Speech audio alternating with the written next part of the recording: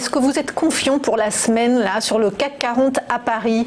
À votre avis, est-ce que les investisseurs vont continuer d'hésiter puisqu'on attend tellement de nouvelles du côté des banques centrales et du côté de la guerre commerciale entre Pékin et Washington? Parce que là, on a quand même beaucoup d'investisseurs qui se disent est-ce que c'est pas le moment de sortir?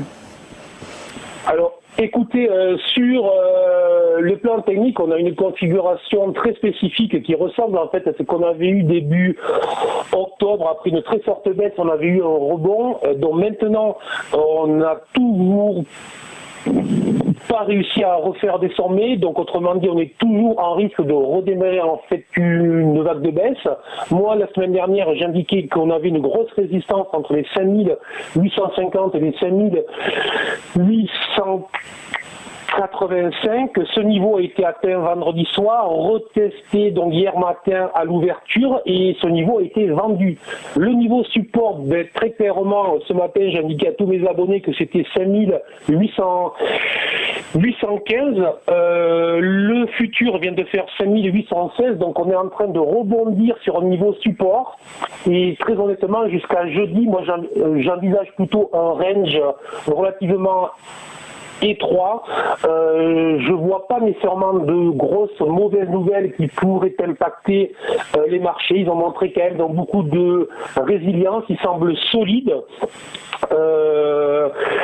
Maintenant, on est sur des marchés qui restent difficiles si on travaille en intraday, car il y a une faible volatilité et pour les investisseurs, les niveaux sont extrêmement clairs. Il faut considérer que tant que le CAC restera au-dessus des 5760-65, mieux vaut rester positionné à l'achat.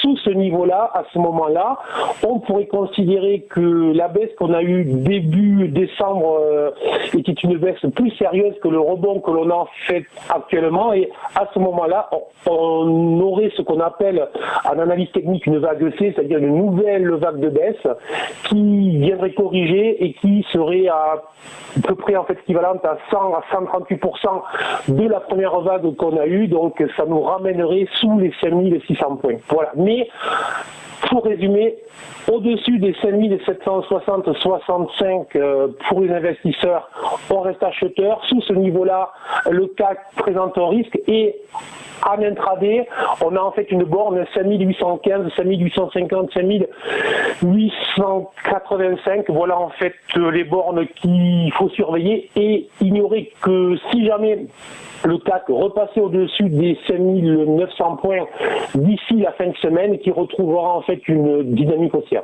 Voilà. Merci beaucoup Bernard Pradeclou. Je le rappelle, vous êtes trader pour compte propre et auteur du livre Stratégie de marché.